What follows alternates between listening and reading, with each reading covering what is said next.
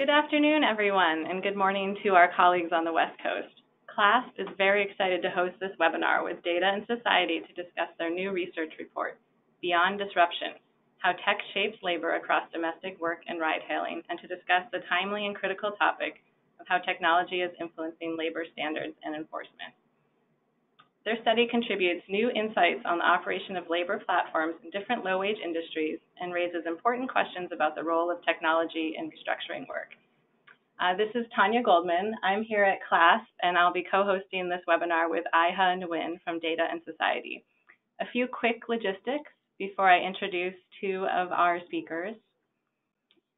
Please feel free to submit questions throughout the presentation today. You can do so using the questions box that you should see on the right side of your screen, and then we'll prompt you again at the end of the presentation and during the Q&A if you have any additional questions that you'd like to submit.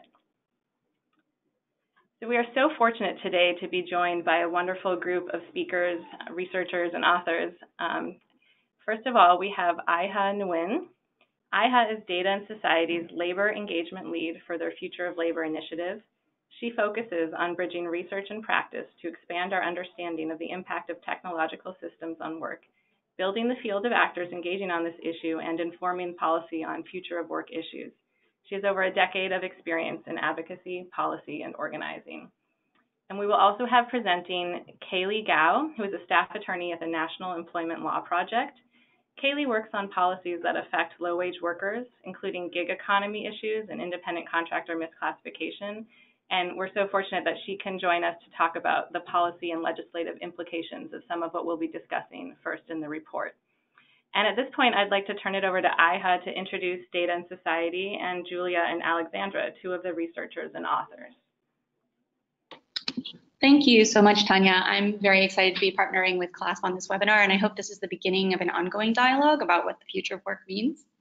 I just want to start off by introducing Data and Society because it's possible that many of you may not be familiar with us. We are a fairly young research institute based in New York that studies the impacts of data-centric technologies on society.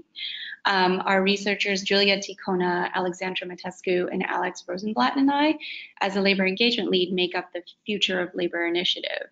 And the initiative's work is focused on identifying the issues at this intersection and providing frameworks that enable society to address emergent tensions, while the engagement work revolves around translating, bridging, and collaborating with various stakeholders, including community and civil rights organizations. Our hope is that through rigorous research and strategic engagement, our goal of ensuring that decisions are grounded in informed evidence-based evidence are part of the public debate. And with that, I'd like to introduce the researchers who will be providing most of the presentation here. So Julia Ticona is a postdoctoral scholar at Data and Society Research Institute and an incoming assistant professor at the University of Pennsylvania's Annenberg School of Communications. She's a sociologist who uses mostly qualitative methods to understand the ways that digital technologies shape the meaning and dignity of precarious work. Alexandra Matescu is a researcher on the labor initiative at Data and Society Research Institute.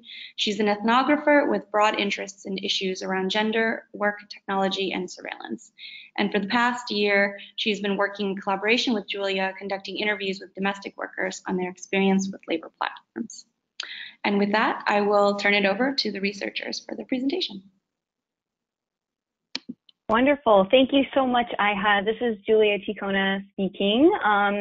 I am going to describe the findings of this research project and talk to you about the framing of it, our inspiration for it, how we actually did the research, and some of the findings. And Alexandra is going to take over the second part to talk about more about those findings and take us through the conclusions. And just to say thank you so much for taking some time to listen to us today. We're really looking forward to your feedback on this and hope you'll continue engaging with us even beyond this webinar.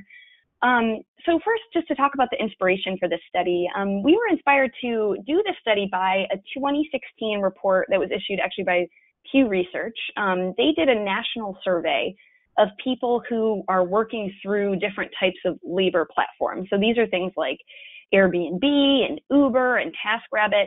And hidden in the back of that report, which is wonderful, you should all go check it out, is this statistic that really surprised us at first glance. It was that 55% of these folks who are doing work through platforms were women, and 45% of them were men. This gender representation was pretty surprising to us, mostly because at that point, we really felt that Uber was dominating our public understanding of the gig economy or the on-demand economy and technology's role in these wider labor market changes. And of course, Uber has a mostly male workforce. We realized after seeing the stat that in a really kind of sneaky way, the story of technology's influence in the gig economy had really become one about men's work, and had been excluding women's experiences and traditionally gendered work, especially domestic work. As an example, in 2014, Uber had 160,000 active drivers. This was quite a few years ago. They have many more now, but they were really in the headlines in 2014. They were fighting with many different city governments. They were, the CEO was, having all these exclamatory comments and things like that. At that exact same time, Care.com had 5.3 million care workers registered in the United States. That number is now almost up to 10 million care workers. But despite these huge numbers, Care.com, TaskRabbit, Handy, SitterCity, these websites and apps aren't usually included in our conversations, these big public conversations about technology in the future of work. And we really hope that one of the outcomes of the study is to remedy this. That was really how we constructed this study. So we decided, because of this absence of women within this conversation, to really focus on a very traditionally form of gendered work, domestic work, and compare it to the experiences of ride hailing. So we looked at, in this case, care workers, domestic care workers, and domestic cleaners, and the labor platforms that they're using in order to find work, and we're comparing that to the platforms that drivers use to find work.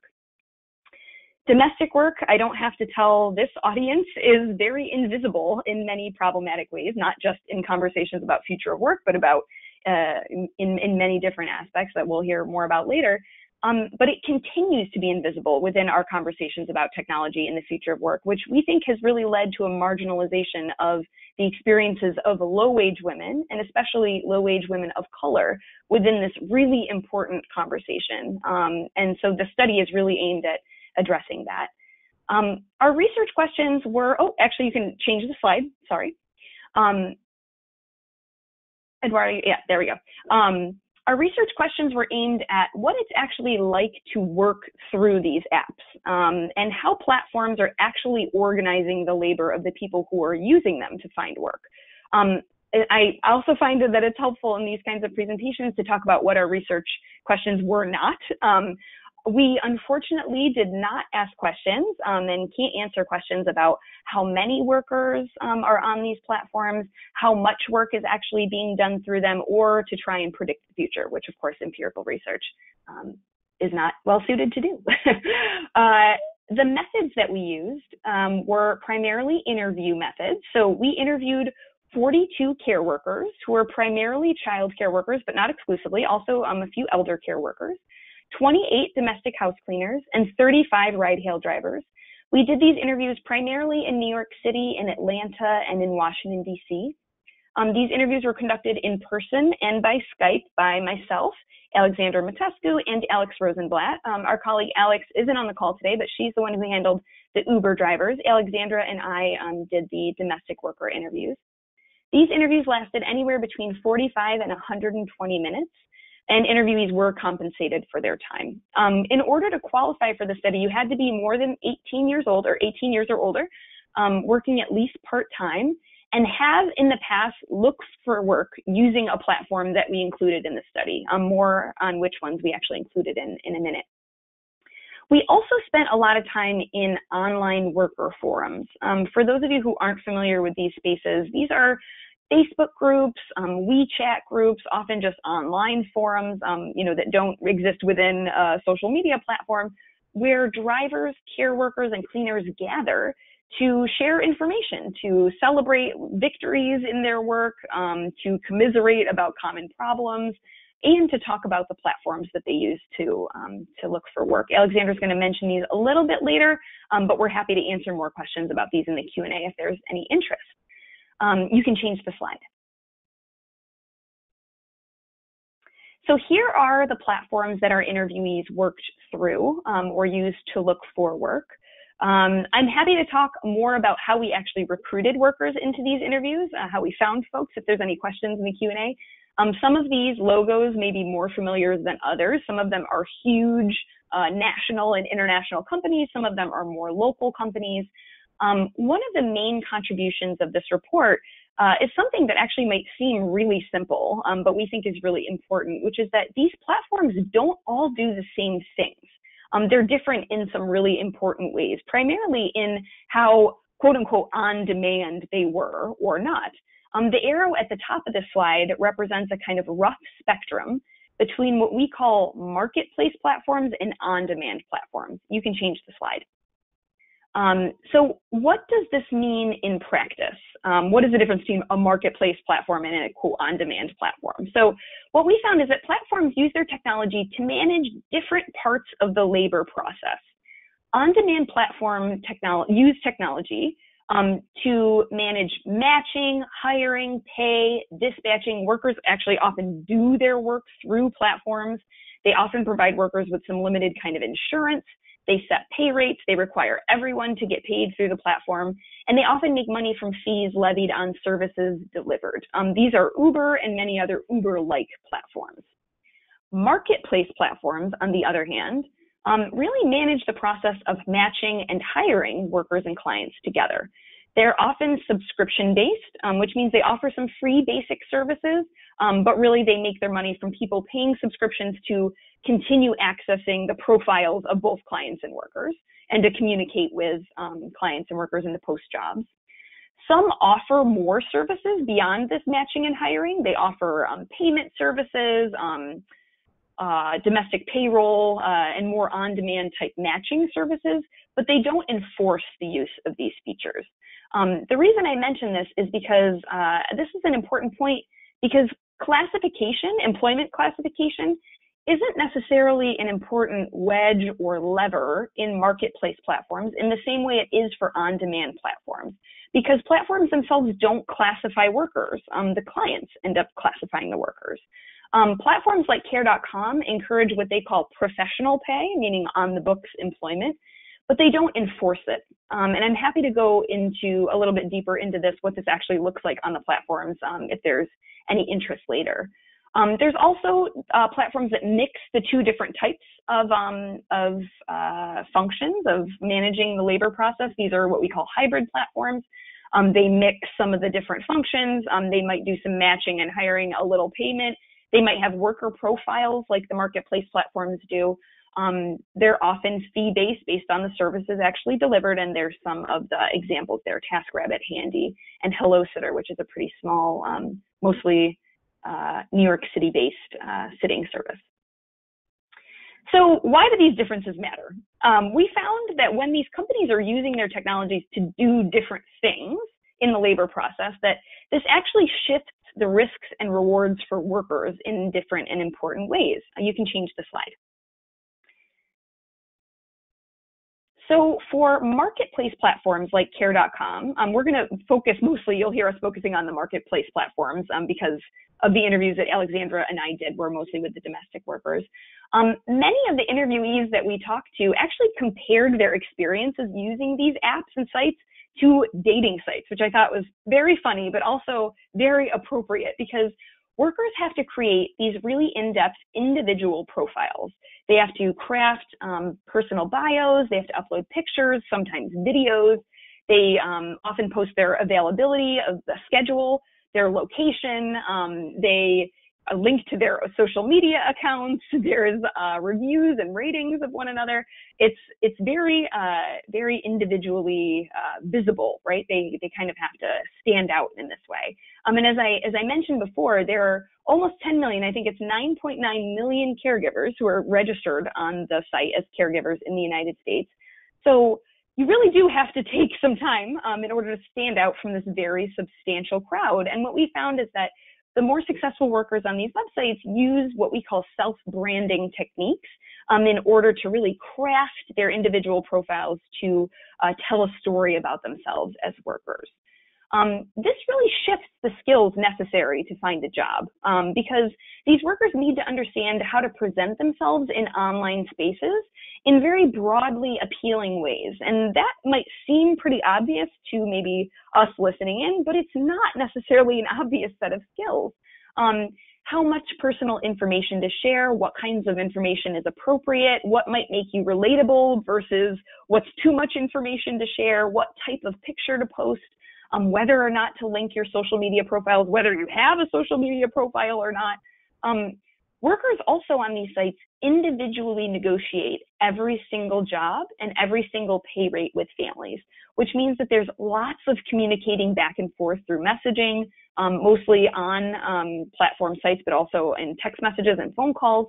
This requires them to be rapidly responsive to messages from families, largely in English, and also basically requires them to have a mobile phone with a data plan or to have sort of ready access to high-speed, high-quality data or high-speed internet. All of these skills are not necessarily relevant to one's ability to care for children or to clean homes. Also, there are a lot of troubling privacy implications for vulnerable workers who are working on these or looking for work on these platforms. There's lots of information that they're putting out about themselves, and it's mostly publicly viewable, publicly available through something like a Google search to anyone, not necessarily to just other platform members. So if you know somebody's name, you can type it into a Google search, and their care.com profile, their profile on some of these other sites may show up, and you might be able to see it even if you don't have a profile on that same platform. So on-demand platforms like Uber shift risks and rewards also for workers, but they do so in different ways. Workers on these platforms don't need to individually negotiate every single job. Can you imagine an Uber driver individually negotiating with every client how much they're going to pay them? But the marketplace platform workers do have to do that. But with this efficiency comes a lot of opaqueness. So oftentimes these workers are not sure how their rates are calculated, how their jobs get dispatched to them, different kinds of policies that might be in place, penalties for declining jobs. So platforms like Uber and others really promise these seamless services to clients, but often don't give workers all the information they need to actually deliver those seamless services. So what happens is workers end up coming up with what we call invisible work strategies to compensate and make these systems work for them. So a very common example that many of you may have experience with is Uber drivers and other ride-hail drivers will often mark that they've arrived at a destination a few blocks before they actually have. So clients will come out of buildings or start looking around for their car to make that service a bit more quick, a quicker experience for clients. So in these ways, workers end up absorbing the costs of these efficiencies, but they're rated, of course, their ratings are based on whether or not the platform works in a lot of ways and aren't necessarily based just on their individual service. So what does this actually look like on the ground? I'm going to focus on the things that marketplace platforms reward first. Alexandra is going to illustrate some of these risks and rewards for the hybrid and more on-demand apps afterwards. Can you change the slide for me? So Gloria was one of our interviewees in Washington, D.C., and she had been using care.com to find work as an elder care companion. She told us this story because she was frustrated after her mother, who was also using care.com to look for work, had uploaded what she deemed a bad profile picture. And Gloria's mom was having trouble finding work. Gloria just took over the reins from her mom, and she explained to us, I mean, my mom is like 60-something. She didn't grow up in this technology age, so she's not that familiar with it. So I do most of it for her. I put in her information, I take her picture, upload it, I fill in everything. When prospective clients contact me, most of the initial contact goes through me, unless when it gets to the stage where they have to call her and they call her and then she talks. You can see from Gloria's experience with her mom that folks like her mom, who, in Gloria's description of her is in her 60s and not necessarily as familiar with the self-branding skills that are necessary to secure work on platforms like this, these skills are really important to getting hired and could really be a barrier to somebody like Gloria's mom. You can change the slide. You can see here also from the prompts that workers receive from platforms. This is a screen grab from care.com. The ways that platforms reward workers with different badges and different levels of visibility to clients. So just to go through this really quickly, in order to be in the quote unquote care force or to be visible in search results on care.com, you have to have uploaded a profile photo. So if you choose not to show your face, you will not show up in search results. You have to have applied to one job and you have to have a verified email address.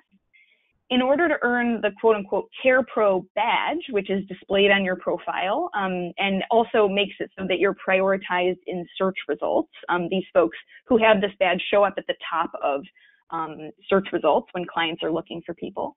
You have to take all of the steps listed underneath that third section. There's quite a few there. You can see opting into mobile alerts, maintaining good reviews, responding quickly to families. And actually responding quickly to families means you have to respond to, I believe it's 75% of messages within 24 hours. So what that means is that if you're sick, or if you can't afford the data on your phone plan, or if your phone breaks and you can't answer messages, this badge gets taken away, even if you meet all of these other requirements. So while these workers don't necessarily work through platforms like Uber drivers do, right? They don't necessarily get paid through the platform all the time. They don't have GPS that's sort of dictating where they go. They're still required to be constantly connected to the platforms, even if they're not working through them on a day-to-day basis. So you can see the ways that on marketplace platforms like care.com, workers do a lot of coordinating and communicating with clients, and that they reward different types of skills. And therefore, we really believe they're shifting the skills necessary in order for these workers to get work. And with that, I'm going to hand it over to my co-researcher, Alexandra. Hello, hi, this is Alexandra. So I'm going to take over from Julia to sort of go into greater detail specifically about what we've called on-demand or hybrid platforms. So that is companies like Handy and TaskRabbit, which sort of operate more closely to platforms like Uber to the extent that they directly match workers with clients, sort of hold tighter control over delivery of services, and sort of more directly surveil workers, while also keeping them on as independent contractors. And this in turn, as Julia sort of outlined, sort of shapes the different kinds of day-to-day challenges that workers face on these platforms. So a major difference is that unlike marketplace platforms, these on-demand and hybrid platforms may streamline a lot of the coordination work, but they do so by locking workers out from a lot of aspects of decision-making and sort of negotiating with clients. And a consequence of this is that while these roadblocks are advantageous for the companies themselves, by keeping everything within the app, they end up sort of creating constant coordination problems for workers. So workers often devise sort of creative workarounds for these issues as a kind of technical stopgap, but they often absorb the consequences through penalties, platform deactivation, lost income. So there are two features in particular that I'm going to sort of touch upon. One of them, Handy only allows workers to communicate with clients through the app within very small time windows, and they'll charge workers a $100 penalty fee if they make attempts to communicate or make arrangements with clients outside of the app. So this sort of goes against a lot of the rhetoric about entrepreneurship and starting a small business that companies like Handy have sort of put forward, given that sort of workers can essentially lose their entire clientele if their account is suspended, or just on a day-to-day basis. This generates a lot of practical problems if a worker needs to get in contact with a client to ask a basic question like, do you need me to bring a vacuum? And then secondly, as you can see in the screenshots included in my slide, they have a very strict cancellation policy. So both clients and workers might be totally fine with rescheduling a booked cleaning, but communications restrictions designed into the app make it actually hard to negotiate that. So on the right is a cleaner's pay log. So this person only made $15 on a cleaning after a past cancellation fee was taken out. And they still have $65 more in fees to pay up. Can we go to the next slide? So at first glance, this policy might seem reasonable. It seems like a good way to disincentivize people from flaking out on appointments. But in reality, it often ends up trapping cleaners into debt that they end up having to pay off through future earnings.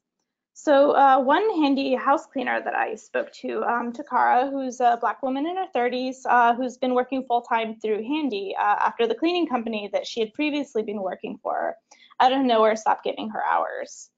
So on the one hand, she was glad that she wasn't suddenly unemployed and could still find work through the Handy app. But on the other hand, she has a young daughter whose needs, of course, come first. So this is just a quote from her describing her situation. It's bad when you get fees and you haven't made any money, which is my situation now. I'm in the negative even before I started for the week because there's been so much going on this week. First of all, I'm fighting the $15 payment for the person that claimed that I was late but then canceled. Then I had another fee for $40 where I had to cancel because my daughter wasn't feeling good.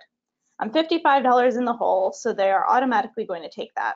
So if I take a 4-hour job at $60, I really only made $5 because they're going to take that.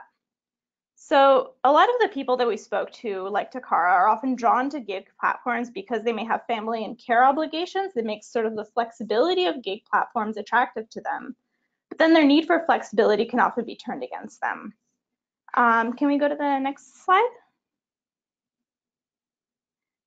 So another area where working through platforms can sort of create hard trade-offs is with regards to how workers think about risk and safety on the job.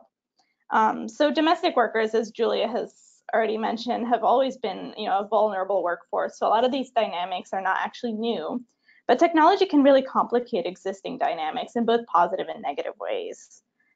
So one of these is that on-demand platforms rely heavily on client self-reporting to describe the services they request.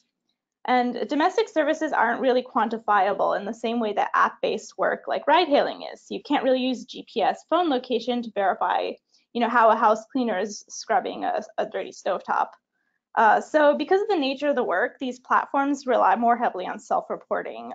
But a lot of our interviewees sort of related over and over again is that clients frequently lie about how many rooms they need cleaning, about who's responsible for breaking the vacuum cleaner, or they might leave a bad rating as a form of retaliation. But quantification sort of gives an air of objectivity, and often on these platforms, the rating systems only go one way. So clients can rate workers, but not the other way around. Another dimension is that workers are often unclear about platform policies regarding safety. They might feel uncertainty around, whether they can refuse service without consequence. And the high turnover on a lot of these apps means that workers often aren't the most knowledgeable either about the policies or when it comes to physical safety issues that a seasoned house cleaner might know. The rating systems as well are one factor that sort of places pressures on workers. Workers are highly aware of how their interactions might impact their ratings because those can impact everything from their visibility in searches to their rates of pay to whether or not they get deactivated. A lot of workers that we spoke to had their accounts suspended or deactivated for acting in their best interests. Care workers on sites like care.com sometimes receive bad ratings for turning down a job offer.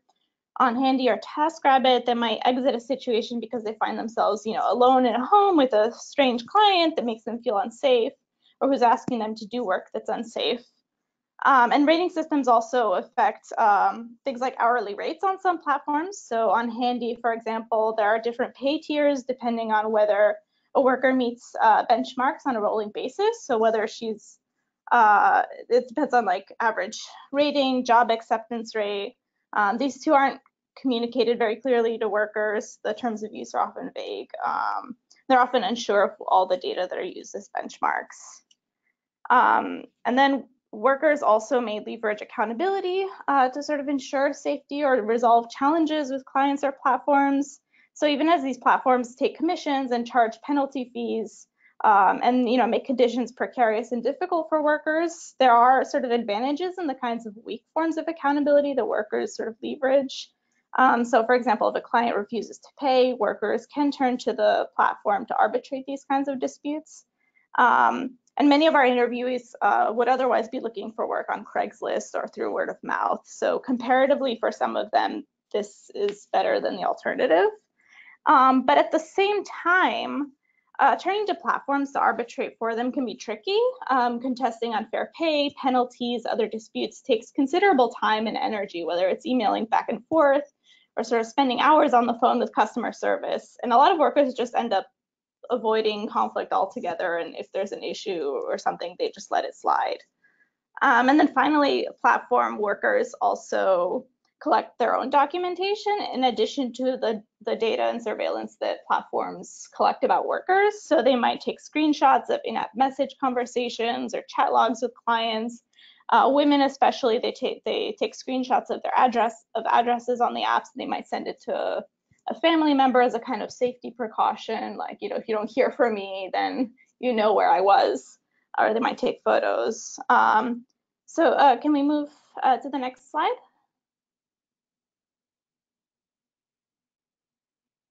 Sorry, can we move to the next slide?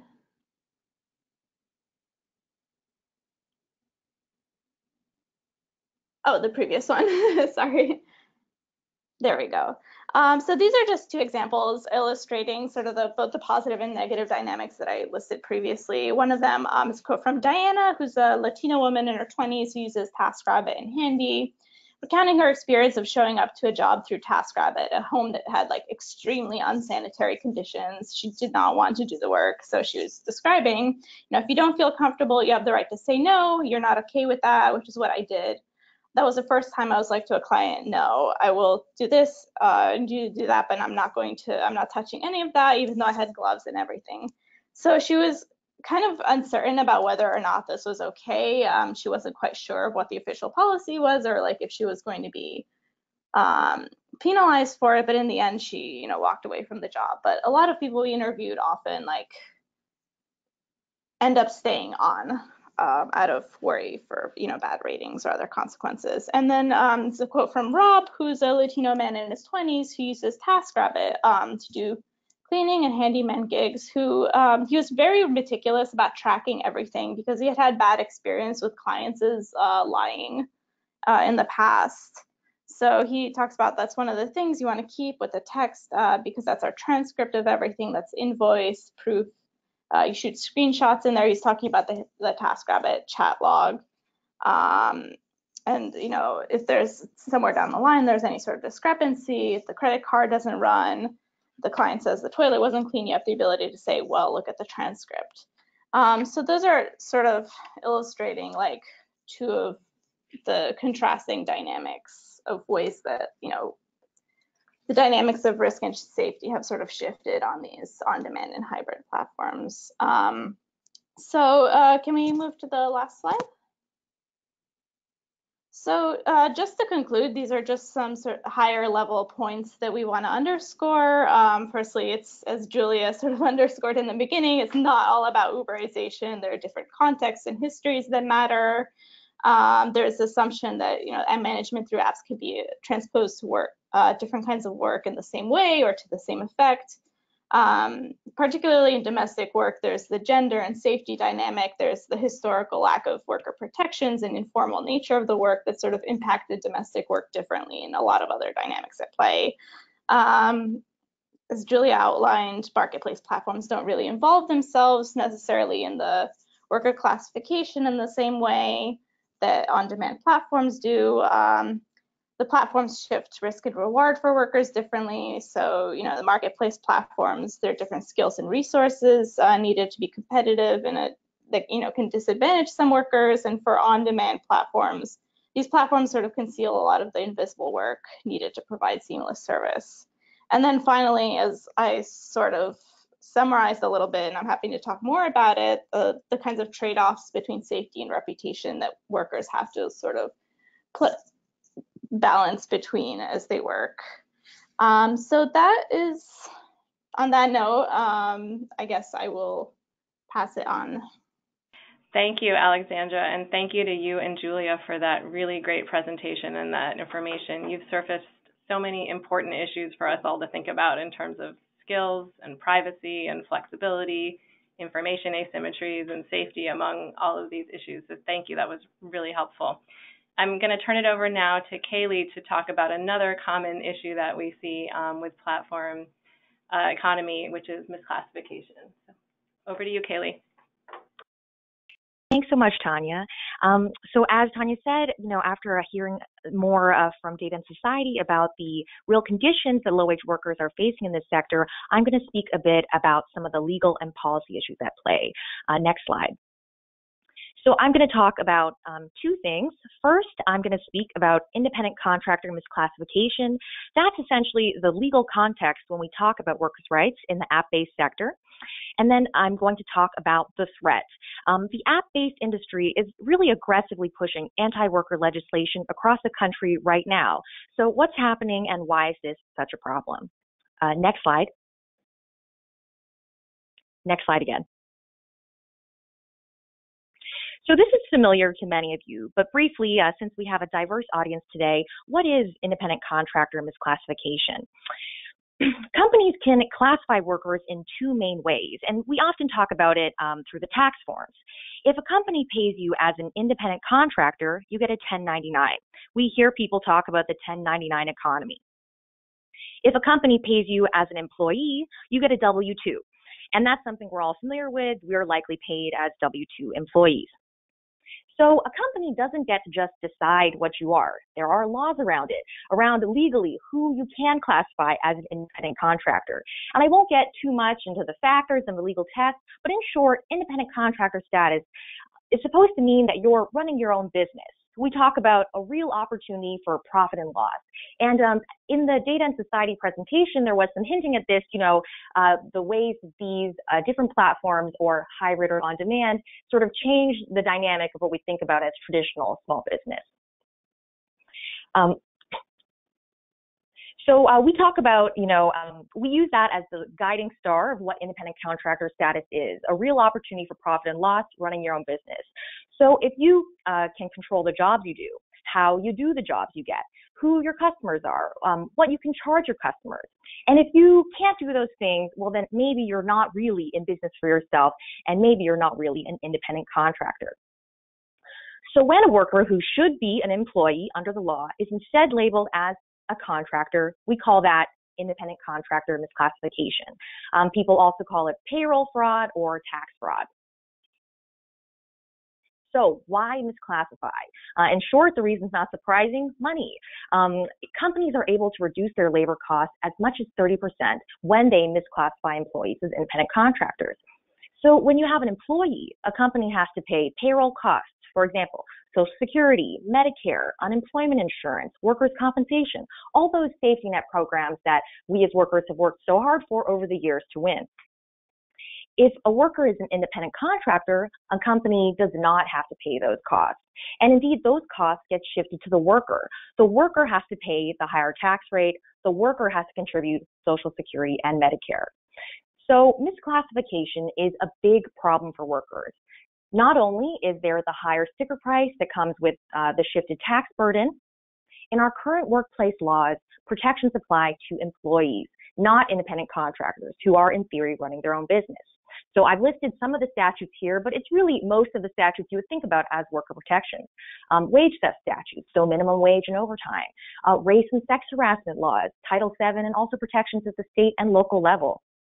Union rights, OSHA is the Occupational Safety and Health Act. As we heard in the report, a big concern for a lot of these workers. And I didn't list them here, but also unemployment insurance and workers' compensation. So these are all the different types of protections that are applying in our current legal regime only to employees and not to independent contractors. And I'll just add here that bosses have been breaking the law in this regard for a very long time. It's not a novel issue. It's not something that, the app-based industry is getting picked on.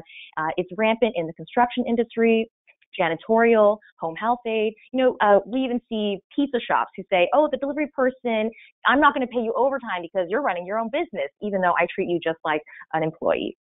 So this is a very long-standing boss tactic. Next slide. So this question is really the context for the industry. Are your workers contractors or employees? The companies say they're independent contractors, but a lot of people disagree. They've faced a lot of litigation. Almost every service mentioned in this report has been sued. And workers in those situations are basically saying, you say I'm a contractor, but I'm really not running my own business. I work for you, and you're not paying me my proper minimum wage or overtime. So, for example, in the handy example that we heard about just now, the deductions that workers often have taken from their wages, many workers have sued to say, that's unlawful. It's bringing me below minimum wage, or it's breaking other laws around what the proper deductions are. We have those laws to avoid, a sort of indentured servitude situation. In addition to the litigation, we also have different state agency decisions. Many state agencies have also come forward to say, hey, these workers are actually employees. Workers have brought claims in those situations to the state saying, I'm an employee, I deserve unemployment insurance, or I deserve workers' compensation after being hurt on the job. And many of those states listed here are saying that these workers are employees who deserve those benefits. So in short, a lot of people are saying that this business model isn't legal. Next slide.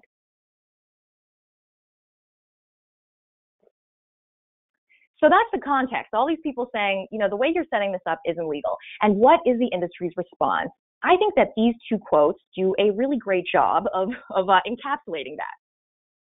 So we have first a quote from an Uber and Handy lobbyist. And then we have a quote from the CEO of Handy. So as you can see, in short, the ethos of these quotes is, if you don't like the rules, then change the rules. If the existing rules are getting you sued, saying you need to pay your workers more or offer them health and safety protections, what's their response? The response is, we are going to change the rules. Next slide. So the industry is not just sitting idle here and waiting to play defense. They are really playing offense, and they're affirmatively seeking to change the state of the law and roll back existing worker protections in ways that are going to favor the industry. Next slide. So what we have here is really the age-old story of corporations rewriting the rules for the rest of us through aggressive lobbying and spending. These companies like to brand themselves as something different or new, but in 2016, together Uber and Lyft lobbyists outnumbered Amazon, Microsoft, and Walmart's lobbyists combined, as you can see in that nice little graphic. And in that year, Uber alone had 370 active lobbyists in 44 states. Those numbers I just said come from a NELP report on Uber and Lyft's lobbying, which I've screen capped there, and you can download from our website. And so these numbers are just looking at Uber and Lyft and not even the other companies at play here. And Handy, I'll mention, is one that's really come to the forefront as being sort of the public face in some of these aggressive industry bill pushes. So these companies are flush with investment capital, and it's allowing them to affect the democratic process in this way to really push their agenda. Next slide. So what are they doing? They're pushing something that they call marketplace platform bills. And I have here a list of states. These are states where these bills have been introduced in this year alone, since January 2018.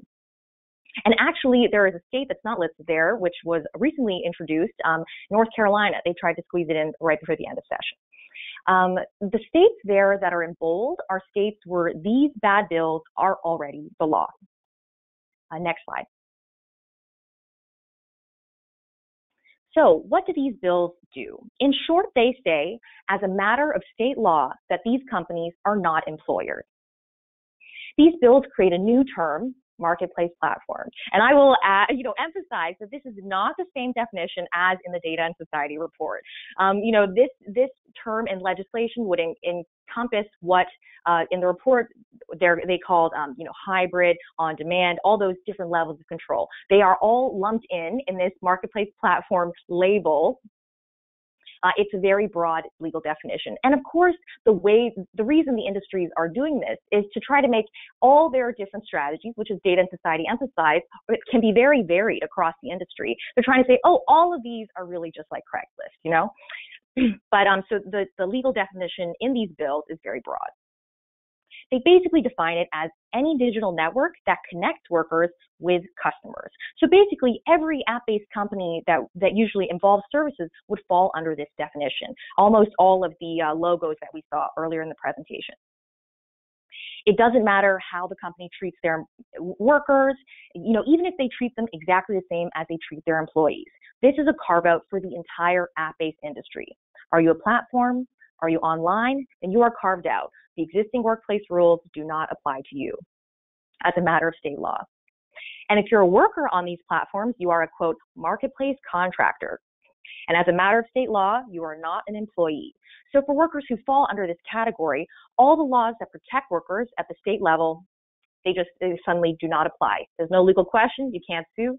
The bills say you're carved out. Next slide. So why is this such a problem? It's a problem in some obvious ways and some slightly less obvious ways. So of course, obviously, this lowers standards. As I said earlier, many states have been finding workers on platforms like Uber, TaskRabbit, Handy, they should be entitled to workers' compensation, unemployment insurance. So these kinds of bills would eliminate those protections. No state-level worker protection. But I really want to emphasize that this is a negative effect even where a worker is properly classified as a contractor. If you're, all across the spectrum that we sort of heard laid out earlier today. Often the reason that a company does not exert more control over its workers is that it does not want to be classified as an employer. It wants to stay on the right side of the independent contractor employee line. So what these bills do is they take away that line.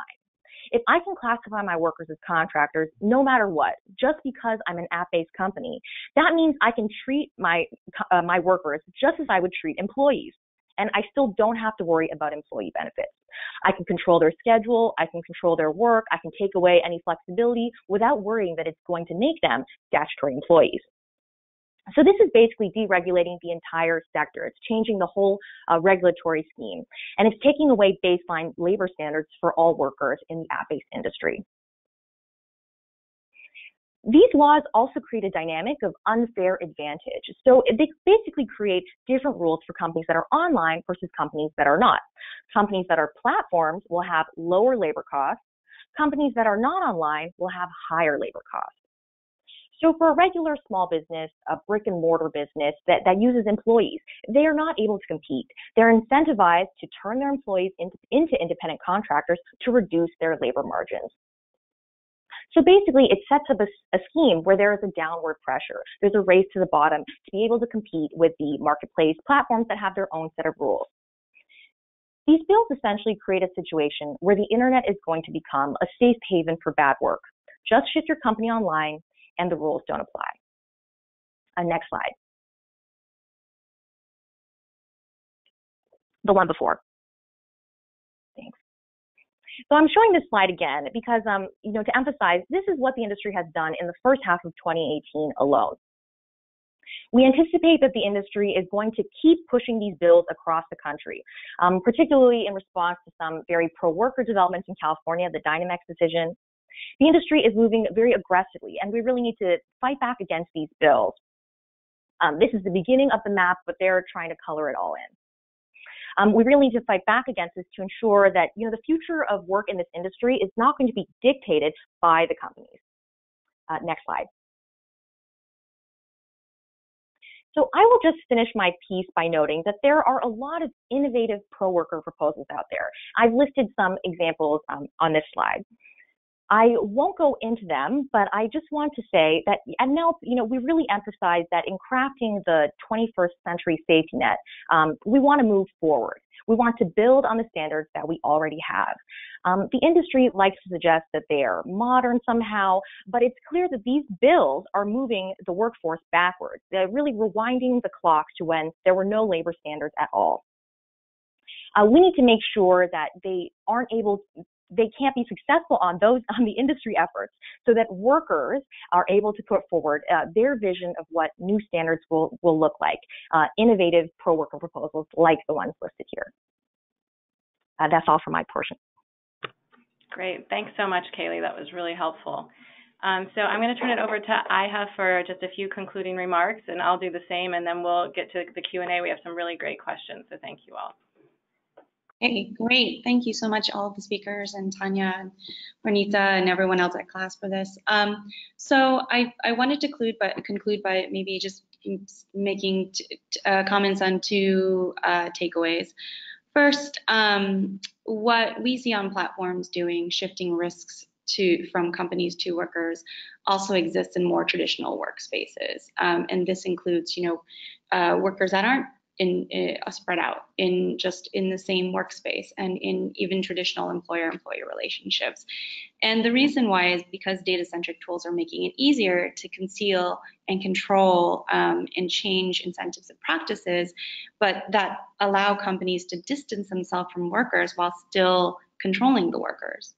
And the result is sometimes the same. The risks are shifted onto workers, and I see this going beyond workers having to provide for their own benefits to some of the stuff that Julia and Alexandra talked about, of actually assuming the risks of being a small business, having to advertise for oneself, dealing with clients, dealing with bad clients, being removed from the app, all without actually having the control that is conferred onto independent contractors.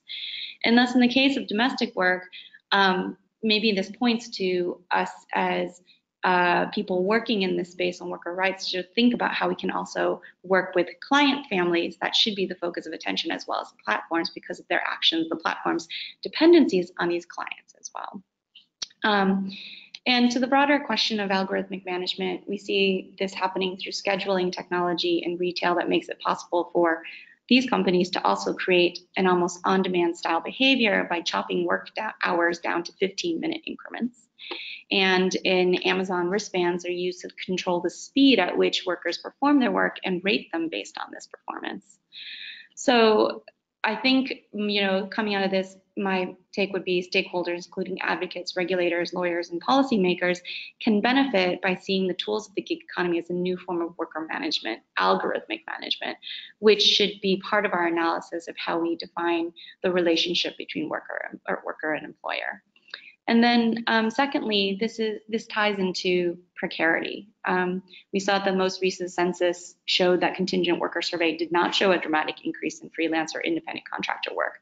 However, there has been a dramatic increase in precarity, even if it isn't yet defined as freelance work. It's moving in that direction because of these tools.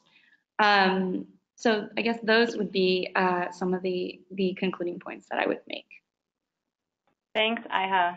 So as I had noted, these are job quality issues that are not new, and they're ones we're facing both sort of in the on-demand world and the brick and mortar world. And I just want to leave you with a few thoughts as we think about this in terms of policy and enforcement implications. So first, how do we continue to respond to this issue of misclassification of workers and respond in the right direction and not go backwards like the industry is trying to do? And this includes making sure that when we develop and implement new benefits like paid family and medical leave or new standards like paid sick days, that we're thinking about workers who have been misclassified and how are they able to challenge their employment status and access those benefits. And the second thing is, whether it's through the fissured workplace, the use of technology, or both, we know that work is changing, and this poses challenges for enforcement. And so as we develop and implement new labor standards policies, we shouldn't tailor them to an older model of a physical singular work site, for example, but we really need to think about and acknowledge the reality of a workforce that is highly subcontracted, it's isolated, it's dispersed, it's not located anymore in a single brick and mortar building. So as a result, how can we think about adapting our enforcement models for this reality and to obtain compliance with our laws? And finally, there are some legitimate independent contractors out there, and we've highlighted some different models of working in on-demand platforms, but many of them, as Iha also noted, work in very precarious, low-wage jobs, and perhaps most need labor and employment protections. But as probably most of you on this call know, many of our labor and employment protections depend on an employer-employee relationship, so that leaves out a ton of workers and further incentivizes misclassification, as Kaylee talked about. So I just want to conclude by noting that there's so much innovation and creativity around technology, and I really hope we can all continue to harness that creativity and think about how to use it to improve our labor standards and enforcement. And we have some really great questions. We're not going to be able to get to all of them, but I will ask a couple of them. So one of them is for Sandra and Julia, and it is, did you ask interviewees about working multiple jobs and platforms? Did they perceive one job or platform as primary, or did they think of them as a portfolio that could be rebalanced from week to week? Hi, this is Alexandra. Yeah, so based on our interviews, it sort of varied depending on how workers sort of got into the work. Some of them were using the more on-demand platforms to supplement precarious work if they were like working a part-time job at like a service industry job, and then they were doing part-time house cleaning on Handy. There were others who were on multiple platforms, and the reasons for this was partly because of sort of as a strategy for hedging against the instability of the apps, the fact that like one day you could be working on an app and the next day you could be deactivated, and then you'd suddenly lose your income, so you'd have to like rely on another app. So that was sort of a strategy that incentivized workers to be on multiple apps. And another dynamic is that these apps often get, from what our interviewees have described, they tend to get flooded, and competition means that there aren't enough jobs to go around. So people tend to strategize by working on Handy and TaskRabbit and finding work on Craigslist and variety of other apps as like a way of sort of puzzle pieces together. And this creates kind of challenges because workers don't end up having a lot of stake in improving the design or platform policies on any given platform, because their income is often like pretty diffuse, and they may or may not have a professional identity as a domestic worker or house cleaner. And then on the marketplace platforms, it's a little bit different because they're not as dependent on the care.coms or the urban sitters, so they can like have profiles on all of these sites and then negotiate that way. Great, thank you. So the next question is for Kayleen. It's really a question about the intersection between federal and state law. So how would the sort of marketplace laws at the state level be affected by federal law and federal labor law rulings? So as the bills are right now, for example, in the states that were bolded, where the laws have passed, the federal protections are still there. So you could sue under the Fair Labor Standards Act, even though you're no longer protected by state wage and hour laws. But it does create a huge barrier to enforcement, because workers are being told on one hand, I'm properly an independent contractor. Maybe I'm getting a certain tax form. So it can be very confusing for workers who want to enforce their rights. And then sort of in the long game, the idea is that I think the industry is taking a nod from the strategy on the left as well, which is using state wins to slowly build up to something, perhaps at the federal level. So after, let's say, they're able to pass these in many more states or reach a majority, and then they're able to say the state of play is actually across many of these states we're now not employees, so maybe we should think about changing this at the federal level too. Something it's interesting to think about. Great. So I'm going to ask Julia and Alexandra two questions together, and then because we're not getting to all of the questions and comments, which are great also, I will share them all with the presenters after the webinar and ask them to respond directly to you. So Julia and Alexandra, one of them was about benefits. Did you discuss with workers how they have access to benefits like healthcare? And has the gig economy provided enough money to pay for healthcare or excluded them? And then there was also a question about, did you collect any workers' ideas for what a better or ideal platform would look like? What features would they like to see? So I'll turn it over to you two for any thoughts on those two questions. Sure, this is Julia. I will take the first one, and I think maybe Alexandra and I will both have answers to the second. On the benefits question, a pretty healthy portion of our interviewees did not have any health insurance, and that was unsurprising to us, unfortunately.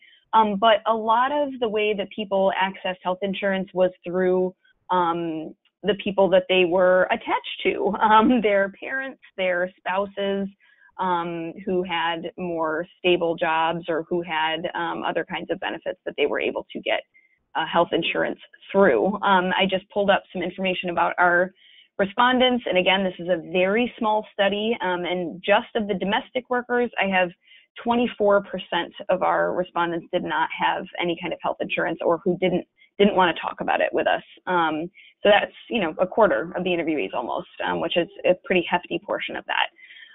In terms of, whether the gig economy is connecting folks with these benefits enough or not, to say something in these companies' favor, I guess, I don't know if this is in their favor or not, but they do, there was a push at the beginning of our fieldwork, I think in 2017. A bunch of these companies banded together. TaskRabbit was a part of it. A few other platform companies banded together to really push to their workers, Freudian slip, to their workers about registering for the Affordable Care Act or registering for, affordable care through the Affordable Care Act. They provided all kinds of different guides. I think they provided access to a company that for free that workers could, get consulting through in order to see which plan was right for them. And so there was a lot of information given to workers around that time in order for them to sign up before the deadline, for example. But beyond the Affordable Care Act, there was not really any effort to provide insurance. Although I should say that there are efforts from the National Domestic Workers Alliance and others to think about the different ways that benefits might be cooperatively given to workers in this who are doing this kind of work, and to follow their efforts if this is something that's interesting to you. In terms of things that the workers talked about that would be helpful for them, improvements to the platform. One of the major things that we heard from workers was about making rating systems go both ways. A lot of workers were pretty incensed and didn't really understand the point of really only having, especially on something like care.com, only allowing families to rate workers and not allowing workers to rate families. Nannies and domestic workers really wanted to be able to share information with one another about abusive clients, about great clients that they had that they wanted other people to be able to work for. And that seemed like a pretty obvious way to them in order to improve these platforms. Great. Go ahead. I was just going to add to that. One section of our report sort of addresses our fieldwork that we did in following a lot of these online forums where a lot of the workers very consistently discuss a lot of the issues they face and what they wish to see better. And a lot of it sort of is work that could be easily improved through policies of the platform. So with care.com, a lot of the issues that we see are around the fact that these platforms, as Julia mentioned, encourage, quote, professional pay, but don't actually enforce like a minimum wage or anything like that. So, parents can make a listing on the site like care.com and list whatever pay rate they want, essentially. So that's one of the issues that has come up a lot in our interviews. Great, thank you. And we have so many great questions and comments. So again, I will share them with the presenters after this call, and we will respond to you directly with any additional information. Thank you all for attending. I have learned so much from these presentations and from reading the report. I hope you have as well.